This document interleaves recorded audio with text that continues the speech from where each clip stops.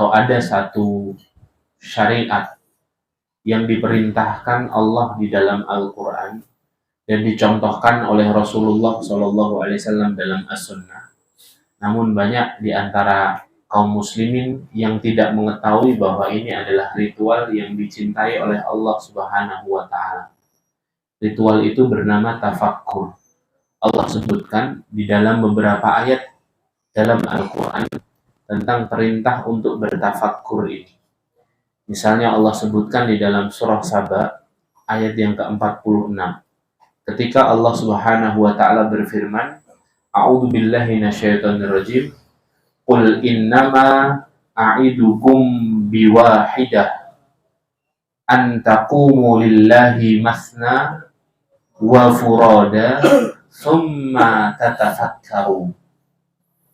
Katakan wahai Muhammad kepada mereka, hamba-hambaku, katakan wahai Muhammad, qul, katakan wahai Muhammad kepada umatmu, innama a'idukum biwahidah. Sesungguhnya aku hanya mengingatkan kalian tentang satu hal. Antaqumu lillah, berdirilah kamu lillahi, untuk Allah Subhanahu wa Ta'ala, atau untuk melihat kebesaran Allah Subhanahu wa Ta'ala. Masna, berdirilah kamu berdua. Wa furada, atau berdirilah kamu sendiri-sendiri untuk memikirkan kebesaran Allah. Kemudian setelah berdiri, tatafakkaru, summa tatafakkaru, kemudian bertafakkurlah. Di ayat yang lain Allah Subhanahu wa Ta'ala juga mensifati orang-orang yang berakal, para ulul albab yang Allah sebutkan di dalam akhir surah Ali Imran 190-191. Ketika Allah Subhanahu wa Ta'ala juga berfirman mensifati orang-orang yang berakal dengan akal dan hatinya, ulul albab, orang yang dicintai Allah itu, mereka adalah orang-orang yang senantiasa bertafakkur. Allah katakan, A'udzubillahi minasyaitonir rajim, inna fi khalqis samawati wal ardi wa ikhtilafil laili wan nahari la ayatin liulil albab. Sesungguhnya dalam penciptaan langit dan bumi, penciptaan malam dan siang, pergantian malam dan siang, la ayatil liulil albab, terdapat tanda-tanda kebesaran Allah untuk orang-orang yang berakal. Siapa mereka orang berakal? Alladzina yadhkurunallaha qiyaman wa qu'udan wa 'ala junubihim wa yatafakkaruna fi khalqis samawati wal ardh. Mereka adalah orang yang selalu mengingat Allah, berzikir kepada Allah di segala kondisi. Duduknya berzikir, berdirinya berzikir, berbaringnya berzikir. Tidak hanya mengingat Allah, tapi mereka adalah orang-orang yang senantiasa bertafakkur terhadap penciptaan Allah Subhanahu wa Ta'ala. Kemudian sambil melihat ciptaan Allah itu mereka berkomentar. Apa komentarnya? Rabbana ma khalaqta hadza batila subhanak. Ya Rabb kami, tidaklah kau menciptakan ini semua batilah, secara sia-sia. Mesti ada hikmahnya, mesti ada manfaatnya, mesti ada kebaikannya, mesti ada pesannya. Subhana, maha suci engkau, ya Rabb. Orang-orang yang ulul albab, orang-orang yang dicintai Allah, para kasih-kekasih Allah itu, mereka adalah orang-orang yang selalu berprasangka baik atas semua penciptaan Allah dalam hidupnya, semua takdir yang Allah tentukan untuk hidupnya. Komentarnya selalu, tidaklah kau ciptakan ini secara sia-sia ya Allah. Terserah engkau ya Allah. Hamba ikut ya Allah. Subhana, maha suci engkau ya Allah. Ya. Nah, rangkaian ayat ini juga membahas tentang tafakkur. Makanya hadirin yang dimuliakan Allah, kita akan lebih dalam mendetailkan apa sebenarnya itu apa itu tafakkur dan seberapa amalan ini dicintai oleh Allah sehingga kemudian amalan ini adalah gaya hidupnya para ulama salaf, sahabat tabi'in, tabi'ut tabi'in. Mungkin saya bisa mengumpulkan lebih dari 50 riwayat kebiasaan para salaf untuk bertafakkur ini. Nanti akan kita sebutkan beberapa. Ya. Hobinya para salaf itu tafakkur. Ya. Nah, sebelum kita tahu apa kebiasaannya para salaf, kita harus tahu dulu apa definisi tafakkur. Tafakkur di dua ayat yang kita sebutkan tadi, sebenarnya masih ada ayat-ayat lain. Misalnya di surah Al-Ghasyiyah, ketika khutbah, ketika sholat Jumat, kita sering mendengarkan bacaan khatib atau imam sholat Jumat, ya, di rakaat pertamanya biasanya Sabbih Isma, di rakaat keduanya Al-Ghasyiyah, gitu kan? Al-A'la sama Al-Ghasyiyah. Ketika kita dengarkan imam baca surah Al-Ghasyiyah, di situ ada potongan ayat apa? Afala yanduruna ilal ibili kaifa khuliqat wa ilas sama'i kaifa rufi'at wa ilal jibali kaifa nusibat wa ilal ardi kaifa sutihat fadzakir innama anta mudzakir. Apakah mereka tidak melihat bagaimana unta diciptakan, bagaimana langit diangkat oleh Allah, bagaimana gunung-gunung ditancapkan oleh Allah, bagaimana bumi dihamparkan oleh Allah. Kita disuruh melihat, bertafakkur. Maka tafakkur ini apa sebenarnya? Tafakkur itu dari kata al-fikru, berfikir. Tafakkaro ya tafakkaru tafakkuron. Bahasa Arabnya berfikir. Memikirkan sesuatu itu tafakkur. Secara istilah syar'i, tafakkur itu ya, melihat dan memikirkan atau merenungi sesuatu dengan akal kita sambil menghadirkan hati untuk menghayatinya, kemudian menautkan semua yang kita lihat itu dengan kebesaran Allah Subhanahu wa taala. Itu tafakkur. Melihat, memikirkan, merenungi apa yang kita lihat dengan akal kita. Karena kita ini dikasih Allah akal kan, untuk melihat, memikirkan sesuatu dengan akal kita ini. Kemudian kita hadirkan hati kita untuk menghayatinya. Di hatinya juga hadir. Jadi melihat sesuatu itu seorang mukmin tidak hanya dengan akal dan matanya saja. Dia melihat dengan matanya, kemudian difikirkan dengan akalnya, dihayati dengan hatinya. Hatinya ikut hadir ketika melihat sesuatu. Ya, kemudian mentautkannya dengan kebesaran Allah dan kekuasaan Allah Azza wa Jalla. Itu tafakkur. Dan ini perlu dilatih. Jadi melihat segala sesuatu itu, kalau dengan kacamata tafakkur, semuanya akan terasa ridho dan nikmat. Kita melihat ini, air satu gelas dingin dari kulkas kita ini, Masya Allah. Ya. Ini kalau kita melihat dengan cara pandang tafakkur, atau dengan kacamata tafakkur, maka ini bukan hanya sekedar air. Ini nikmat Allah yang sangat dahsyat.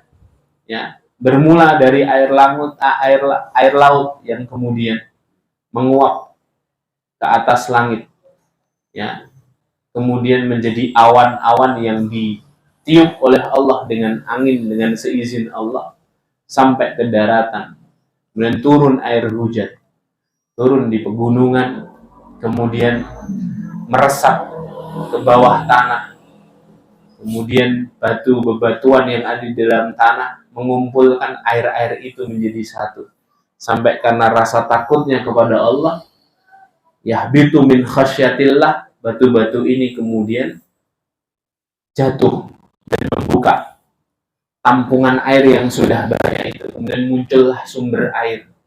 Dari situlah kemudian manusia melihat ada sumber, ada yang tidak ada kerjaannya apa? Mengumpulkan air, kemudian memasukkannya ke dalam botol-botol, ke dalam gelas-gelas seperti ini.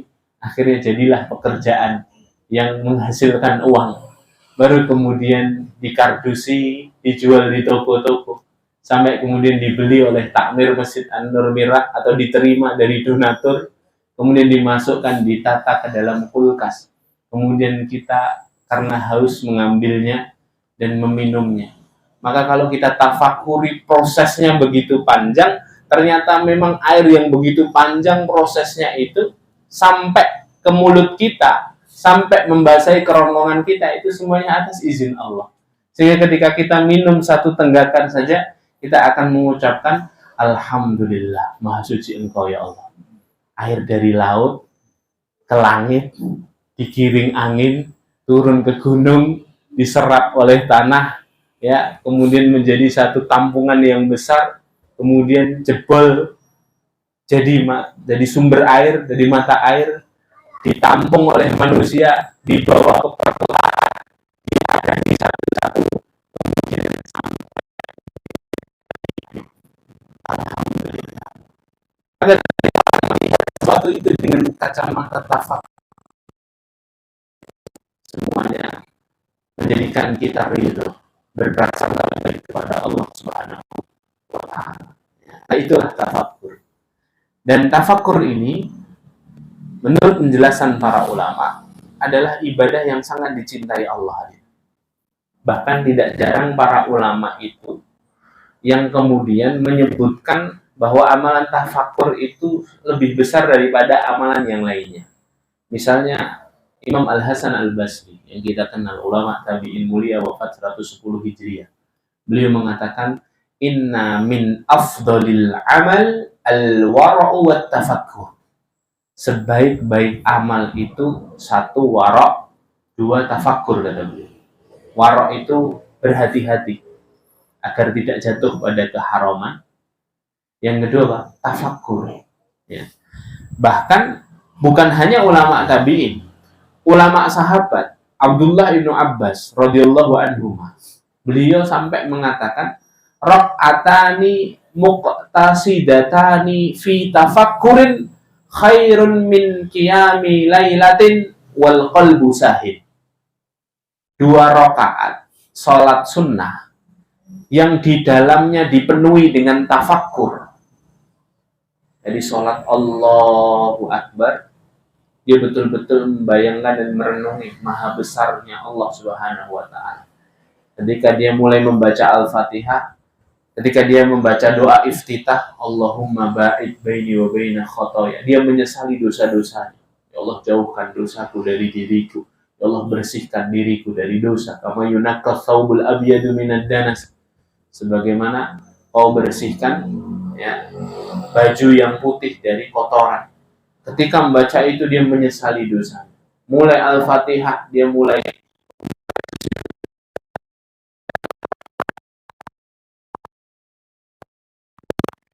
mengingat semangat Allah.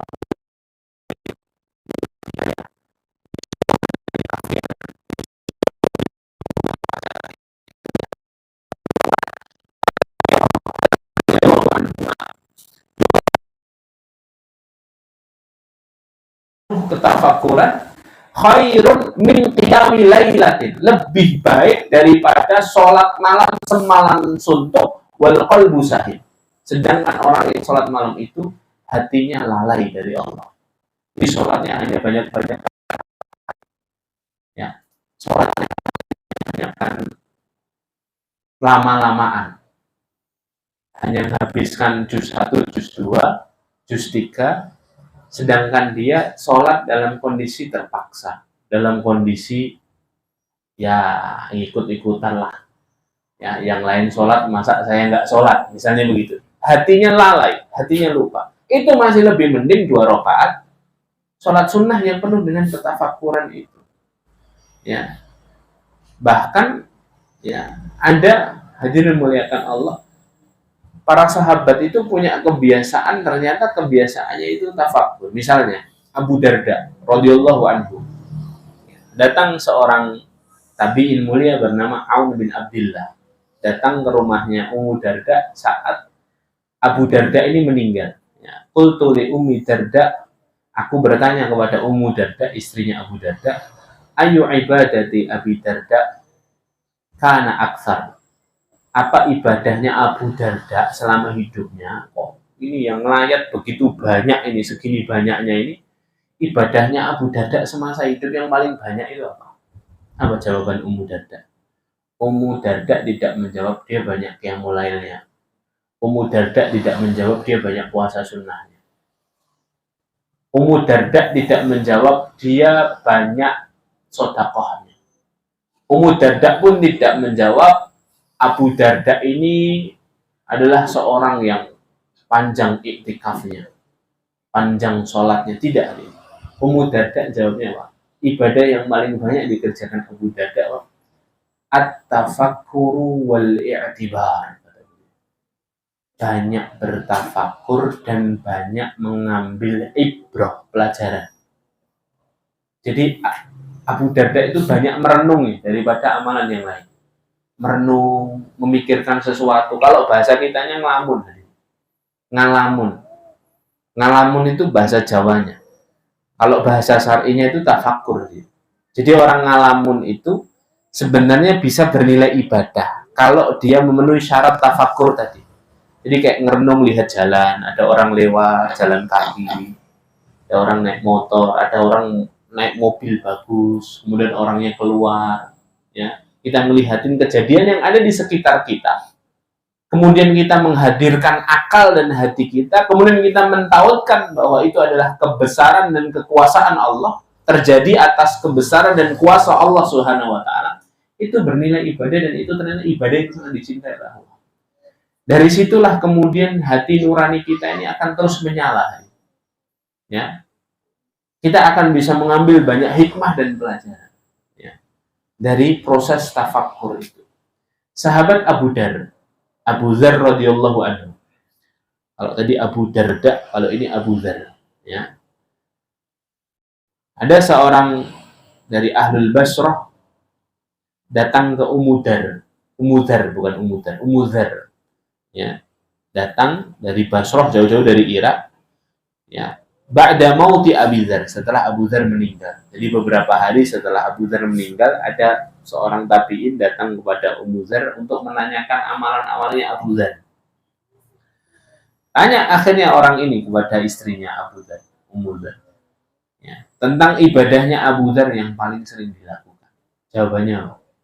Jawabannya tadi, bukan sholat, bukan ibadah, bukan ini. Kalau itu ya pasti dikerjakan oleh para sahabat. Tapi justru jawabannya adalah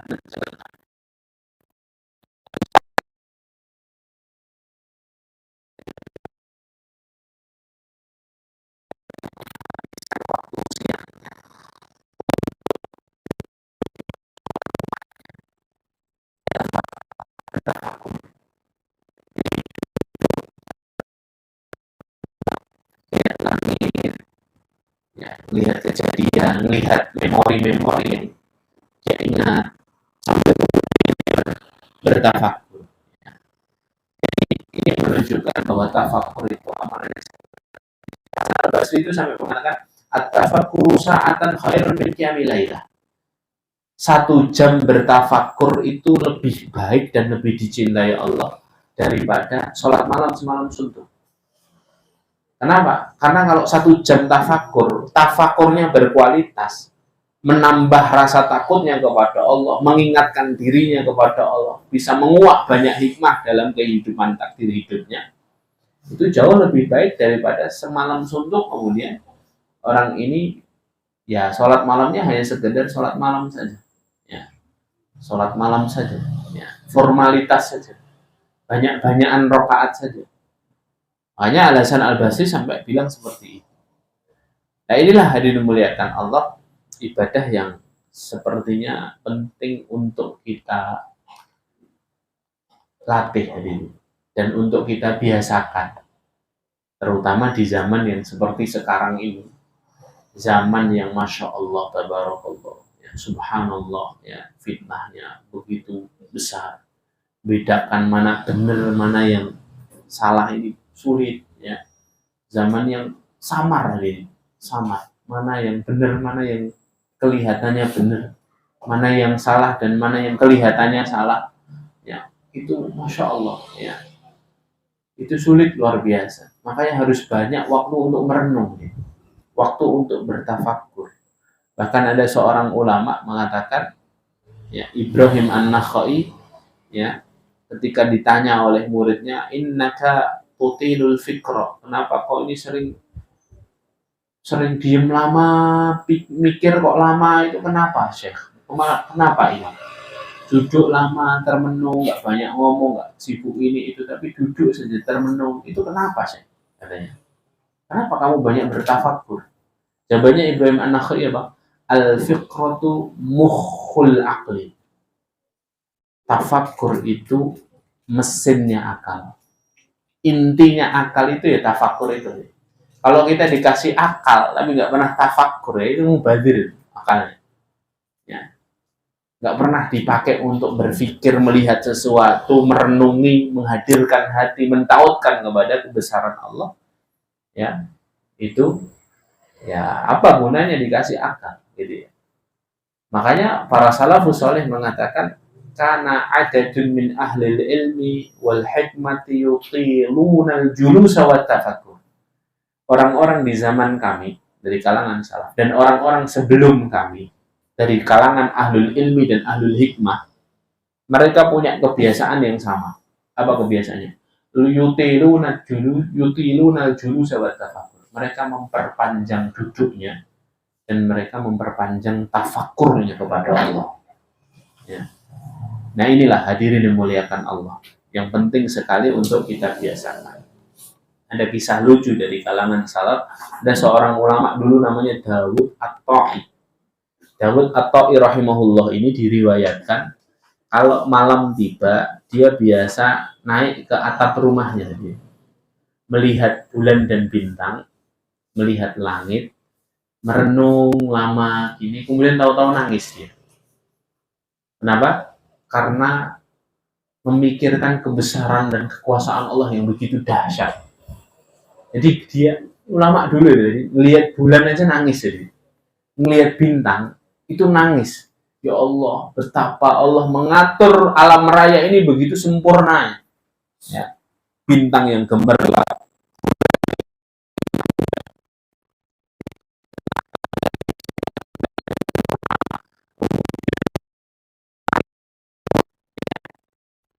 itu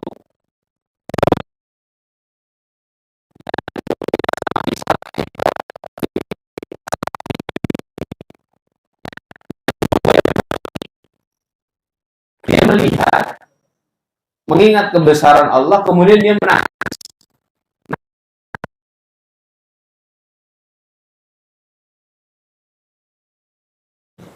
Sampai-sampai dia tidak sadar, dia terjatuh dari, dia tidak sadar, dia terjatuh dari gentengnya, jatuh ke rumah tetangganya.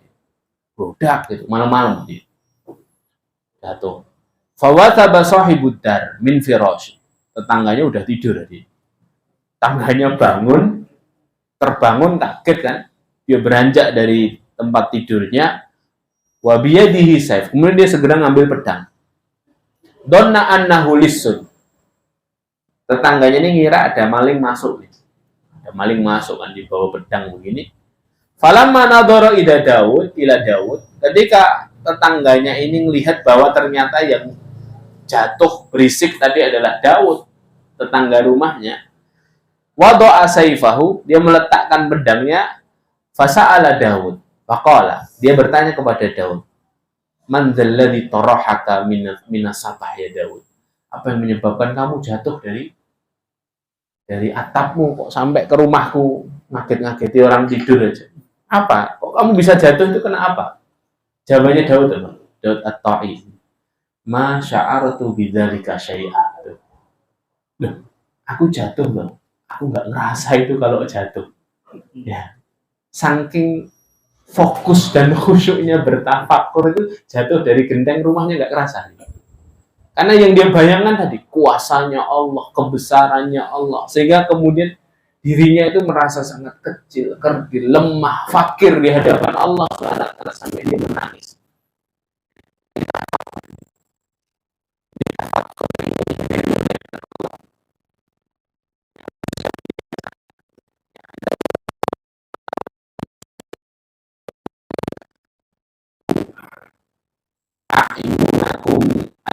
maka wa qulubakum at-tafakkur.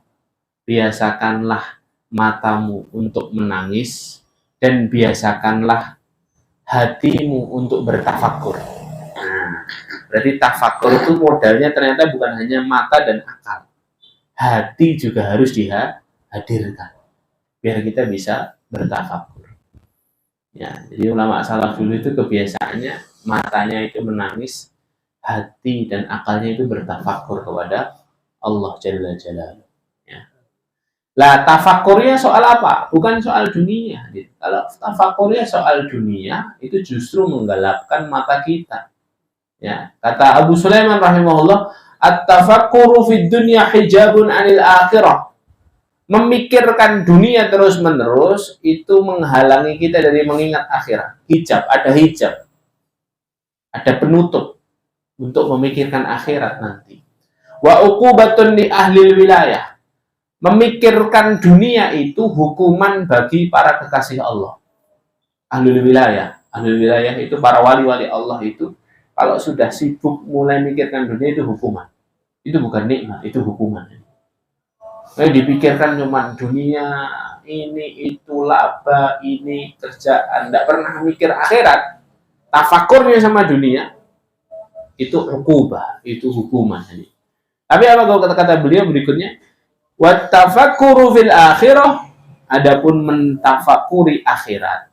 Jadi menautkan kejadian sesuatu, kemudian menautkan sama kuasa Allah, kemudian dilihat, ya bisa kita ambil apa ini ya hikmahnya. Itu kata beliau, Pak, yurisul hikmah wa yuhyil qulub. Memikirkan akhirat itu mewariskan hikmah, menguak hikmah, wa yuhyil qulub, dan menghidupkan hati seseorang. Ya. Makanya hadirin dimuliakan Allah, ini pentingnya kita bertafakur. Lah apa manfaat tafakur ini?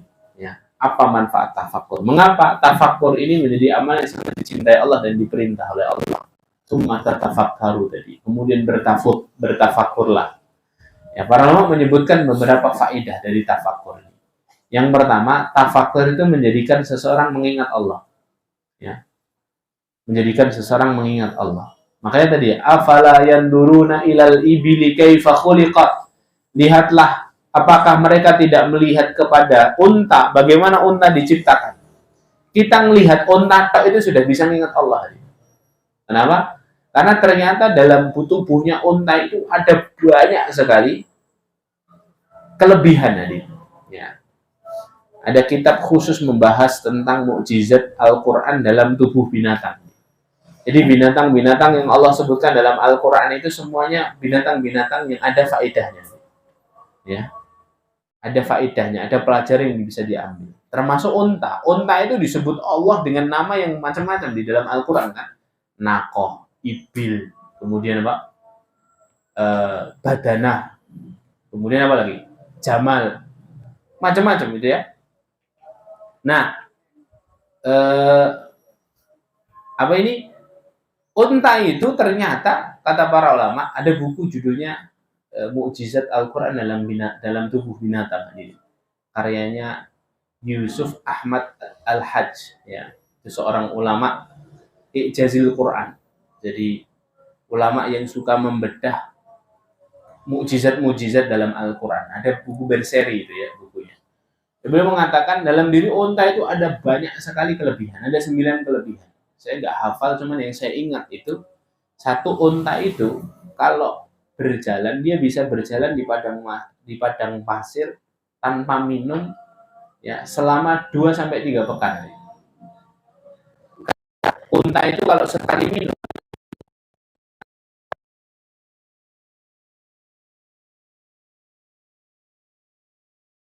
perkara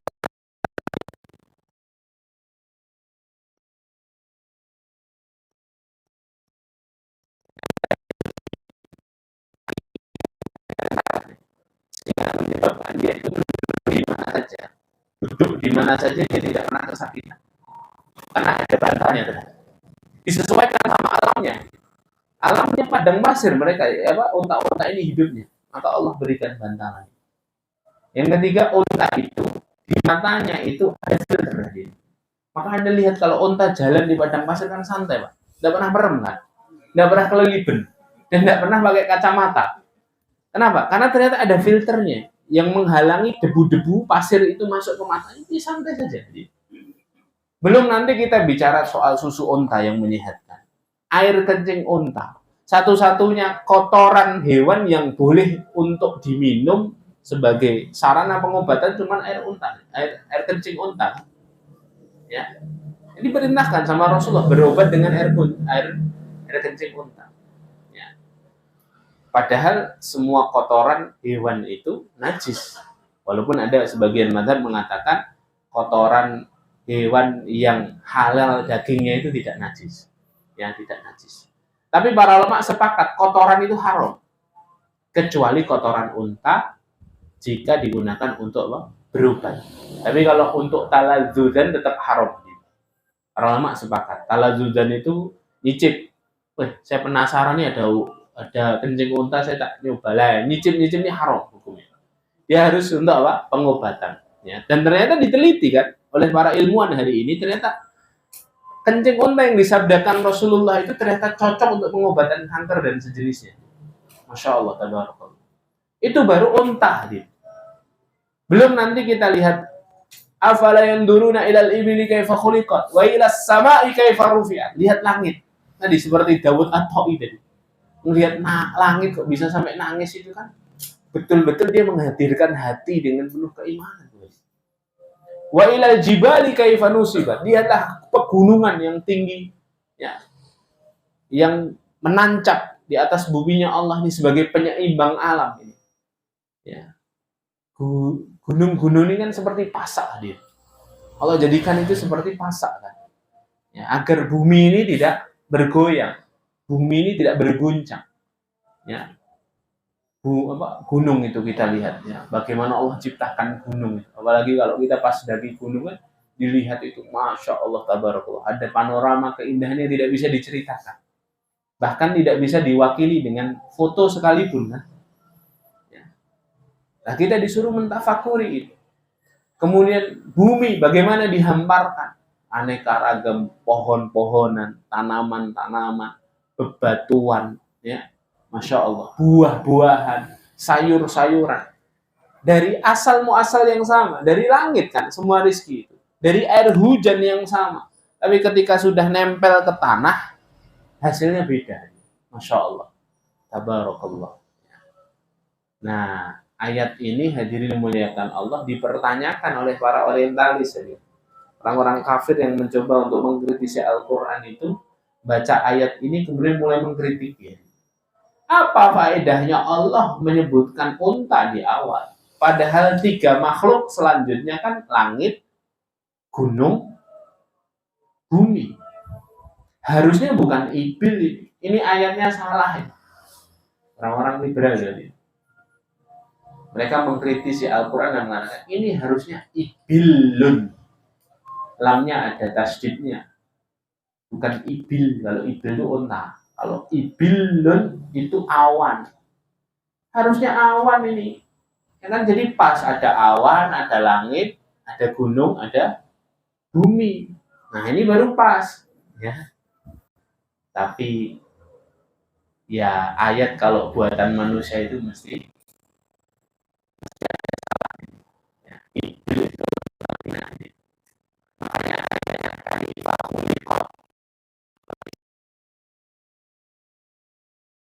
untuk menunjukkan bahwa ini mu'annas, ini perempuan. Dan ayat-ayat selanjutnya semuanya mu'annas. Wa ilas sama'i kaifa rufi'at. Langit itu mu'annas. Ya, dalam bahasa Arab itu ada muzakkar sama mu'annas, Pak. Muzakkar itu benda-benda yang bahasa mudahnya laki-laki. Mu'annas itu yang perempuan, ya. Jibal juga mu'annas. Kalau diganti ibilun muzakkar, nanti jadi ayatnya afala yanduruna ilal ibilli kaifa khuliqa. Belakangnya jadi beda sendiri. Yang lainnya tak dia ko. Ya. Nah, ini jawabannya bagi orang-orang yang mengkritiki Al-Qur'an. Yang kedua, memang Allah Subhanahu wa taala sengaja memilih unta ya di awal karena memang yang diajak bicara dalam ayat ini orang-orang Arab. Orang-orang Arab itu hidupnya ya dengan 4 hal itu. Iya kan? Melihat ke kanan unta, melihat ke atas langit, melihat ke depan gunung, melihat ke bawah bumi. Dan Allah meminta hamba-hambanya untuk melihat sekelilingnya agar selalu mendapatkan satu pemahaman utuh bahwa Allah lah zat yang paling berkuasa. Ya. Makanya sebenarnya tafakur itu tidak harus lihat unta. Tafakur itu tidak harus lihat gunung. Tafakur itu lihat aja kanan kiri kita ini. Ya, lihat orang lewat, lihat motor lewat, ya, lihat kejadian, tiba-tiba ada orang kelahi 2 orang. Kita lihat, kita tafakuri. Itu semuanya bisa, ya. Bisa kita tafakuri. Yang penting apa yang masuk dalam definisi tafakur itu kita hadirkan semua. Melihat dengan mata, hadirkan akal kita untuk merenungi, hadirkan hati kita untuk menghayati, untuk mentahukan bahwa ini semua adalah kuasa dan kebesarannya. Jadi tafakur itu kenapa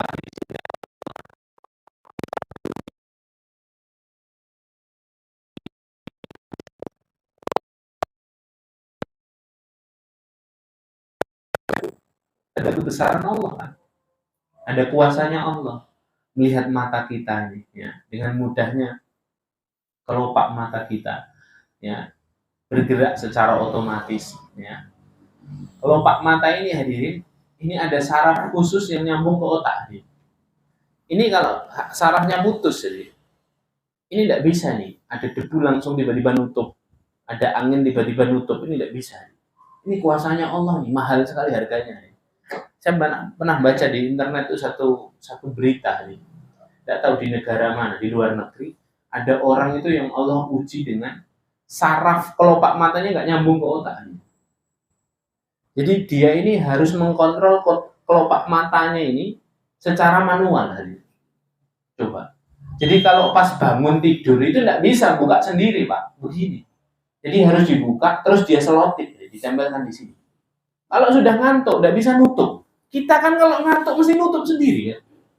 Ya, kalau kelilipan, ya, ini kelopak ini gerak-gerak sendiri begini. Ini nggak bisa, deh. Ya, manual, deh.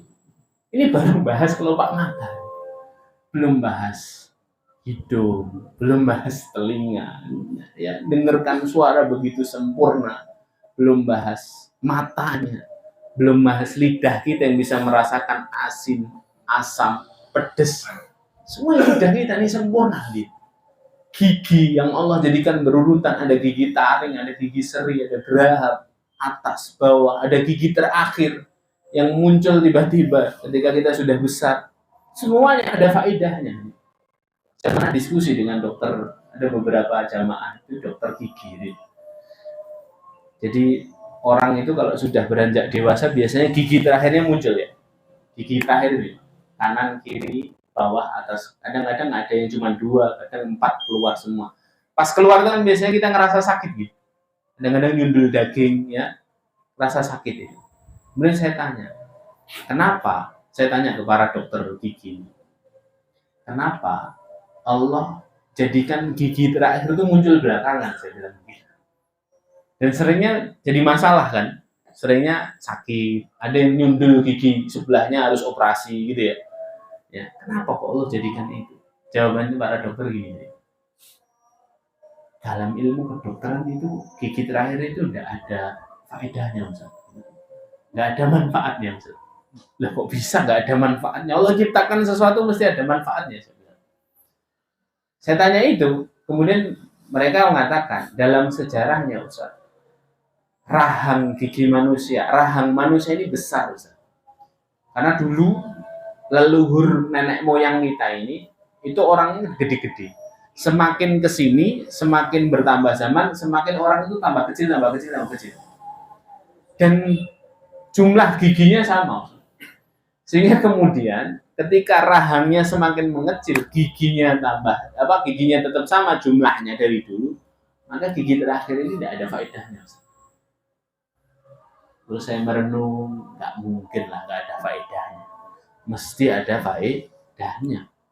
ma khalaqta hadza batila. Kemudian akhirnya pulang diskusi sama mereka ini, dokter-dokter gigi nggak ada nggak dokter gigi di sini, ya itu agak ganjel gitu, nggak mungkin nggak ada faedahnya. Sampai kemudian saya nemu faedahnya apa?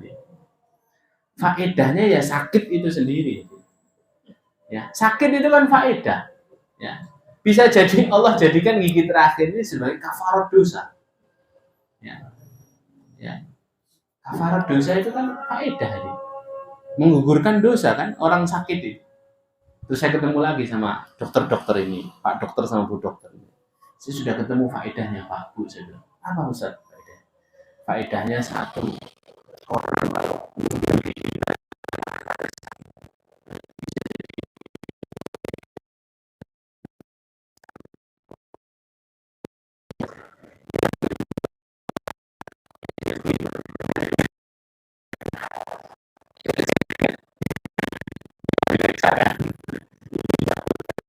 dokter, oh iya Ustaz itu faedahnya. Berarti tetap ada faedahnya. Lah, keluar faedah hikmah kayak gini dari apa? Dari proses tafakur nih. Kalau kita tidak pernah merenung, menyendiri, me time, itu tidak bisa. Deh. Kita hanya melihat lalu lalang hiruk pikuk dunia saja. Semakin hari semakin runyam. Makanya kemudian pentingnya kita bertafakur itu agar tadi kita ingat Allah, tambah syukur sama nikmat Allah, merasa qanaah, cukup dengan pemberian Allah. Ya. Dan di antara faedah tafakur itu apa? Orang yang sering bertafakur itu selalu akan berpikir ulang ketika dia hendak bermaksiat. Kenapa? Karena dia tahu diri.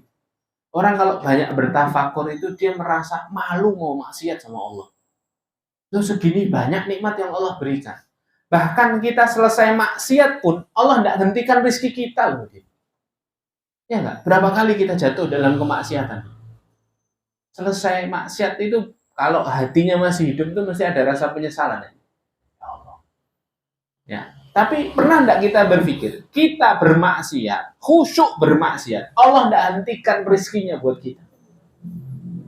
Maka orang yang tajam tafakurnya, lama tafakurnya itu selalu berpikir ulang kalau mau maksiat. Ya masa aku tega maksiat sama Allah? Tahu diri lah. Begitu akhirnya. Akhirnya dia nggak jadi bermaksiat. Gitu ya. Dan faedah yang paling pentingnya tadi, ya dengan tafakur itu menjadikan seorang hamba dapat menguak hikmah yang Allah berikan dalam setiap kejadian. Idzal mar'u kanat lahu fiqrah fa fi kulli syai'in lahu ibrah, kata Sufyan bin Uyainah. Jika seseorang itu banyak bertafakur, maka ketika dia melihat segala sesuatu pasti ada ibrah di dalamnya. Ya, menjadikan dia mampu untuk menguak ibrah, menguak hikmah dari segala sesuatu yang ada dalam hidupnya. Maka inilah hadirin memuliakan Allah, satu amalan yang mari coba kita latih ya. Tafakur itu kadang-kadang perlu treatment awalnya itu perlu menyendiri jadi. Ya, menyendiri itu tidak harus tirakat topo gitu enggak ya.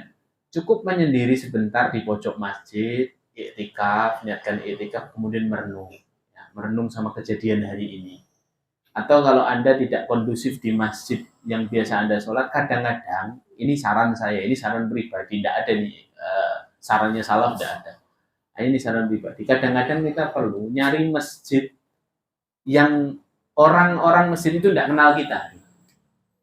Rodok blusuk ke kampung atau apa itu. Tidak apa-apa, sholat aja di situ. Sholat duhur misalnya. Sekali-kali nggak di masjid rawatib kita. Di masjid yang agak jauh gitu ya, naik motor sebentar dapat duduk di situ, sehingga Pak, kalau orang nggak banyak kenal itu kita malah bisa lost hadirin ya, nangisnya bisa khusyuk. Kalau di tangga-tangga kanan kiri kan nangis waktu isin gitu ya, harap dongo rodok suwe ngangkat tangan we rodok berkewo lagi butuh gitu lagi gitu kan, kadang-kadang kita delik hadirin nyari masjid sesekali ya, sesekali tidak apa-apa hadirin ya. Itu juga kita niati makmurkan masjid kan bisa. Kita niati iktikaf bisa. Tapi terus akhirnya enak nih doanya, enak, muhasabahnya bisa panjang, ya nangisnya bisa kenceng, gitu ya. Karena kita ini saya yakin kita ini banyak masalahnya dan banyak peristiwa yang selalu lalu lalang di depan kita ini. Nah itu butuh tafakur. Ini tuh perlu kita latih dari dimuliakan Allah. Semoga satu amalan ini bisa kita praktekkan. Tidak hanya teori, tapi mari kita praktekkan. Duduk sejenak, hadirkan hati, hadirkan mata, hadirkan akal. Kemudian akui kebesaran Allah. Allah nanti semua itu terkuat di situ. Dan ada banyak kebaikan dalam hidup kita. Barakallahu fikum, jazakumullah khair. Mari kita